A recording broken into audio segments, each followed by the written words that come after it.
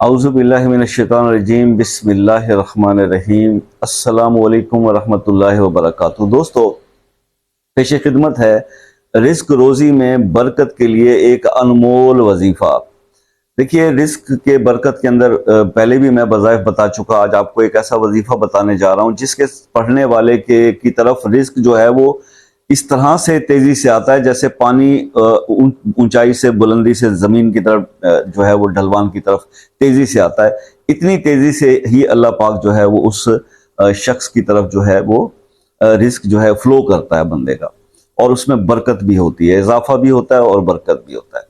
तो ये अमल जो है वो आपके साथ डिस्कस करना है। और दूसरी छोटी सी बात आपको इसलिए बतानी है कि देखिए ना, मेरे कई बहन भाई वज़ाइफ करते हैं, वजीफा पढ़ते हैं, और वजीफा पढ़ के अक्सर शिकवा और ये वीडियोस के कई और भी असबाब जो है ना वो कई साहबान ने बताया है कि जी आजकल ये बहुत आ रहा है कि जी वज़ाइफ में अब वो रिजल्ट नहीं मिलते, या किसी मोस्टली कम लोगों को मिलते हैं। ऑब्वियसली कम लोग ही हैं जो अल्लाह ताला की तरफ रजू करते हैं। मोस्टली तो हम जैसे गुनाहगार हैं जो वजीफे को भी ऐसे दोहरा रहे होते हैं जैसे नंबर गेम है, बस ये बस फटाफट ये पूरे हो जाए नंबर्स और उसके बाद ठीक है एक तरफ।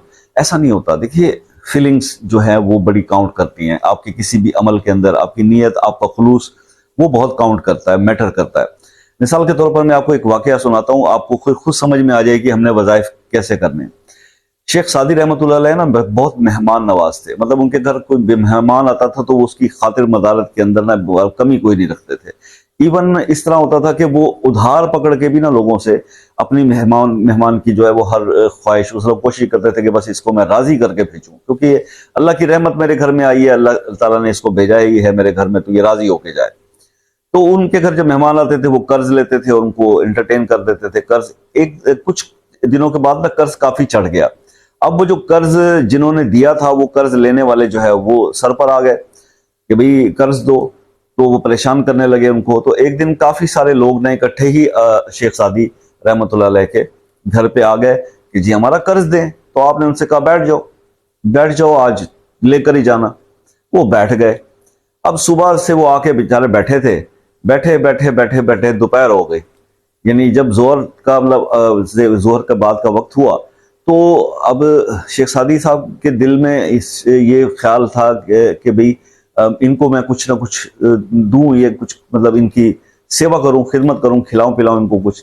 तो इतने में ना वहां से एक बच्चा गुजरा जो एक खांचा फरोश नहीं होते, उसने कोई कुछ चीज बेच रहा था वो।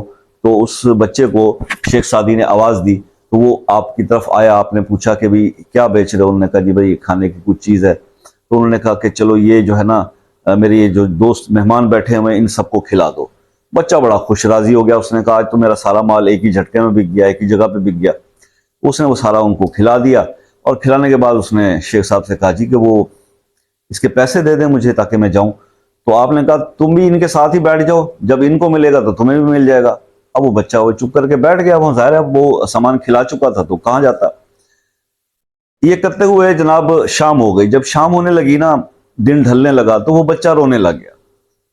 जब बच्चा रोने लग गया तो शेख सादी ने पूछा भी क्या बात है? उसने कहा मैं यतीम हूं, घर पे मेरी माँ, मेरी बूढ़ी माँ, बेवा माँ मेरे इंतजार कर रही है, मेरी बहनें मेरे इंतजार कर रही है। मैं कमा कर ये पैसे लेके जाता हूँ तो वो रोटी खाते हैं, तो मेरा हक मुझे दे दीजिए। मैं बहुत, वो बच्चा रो ही जा रहा और इस तरह से रिक्वेस्ट करा। तो शेख सादी ने कहा अल्लाह करम करेगा। इतनी देर में बाहर दस्तक हुई, आवाज आई। तो उनके मुरीद कोई आए हुए थे शेख सादी रहमतुल्लाह अलैह के। तो मुरीद आया अंदर, तो उसने वो 400 दिनार जो है वो जनाब की खिदमत में पेश किए। आपने वो कबूल किए और उसमें से उस बच्चे को भी खुश करके भेजा, और उन जो मांगने वाले कर्ज लेने वाले कर्ज खाए हुए थे उनको भी दिया। तो उनमें से एक जो है ना वो मेरी तरह का टेढ़ी मिजाज का बंदा भी था। तो उसने उससे पूछा शेख सादी से कि शेख साहब हम कई दिनों से आ रहे हैं, लेकिन कभी इस तरह से आपका ये इस तरह नहीं आया कोई मुरीद आपकी मदद के लिए या आपको कुछ हदिया देने के लिए, आज कैसे ये हो गया? तो इसमें क्या फर्क है? उन्होंने कहा जी फर्क ये है कि पहले तुम लोग आते थे, आज वो बच्चा आया और बच्चा रोया है। तो जो अल्लाह ताला के सामने इस तरह रो के जो उसने गिड़गिड़ा के फरियाद की है, अल्लाह ने उसी के नतीजे में आज ये बंदा भेज दिया है।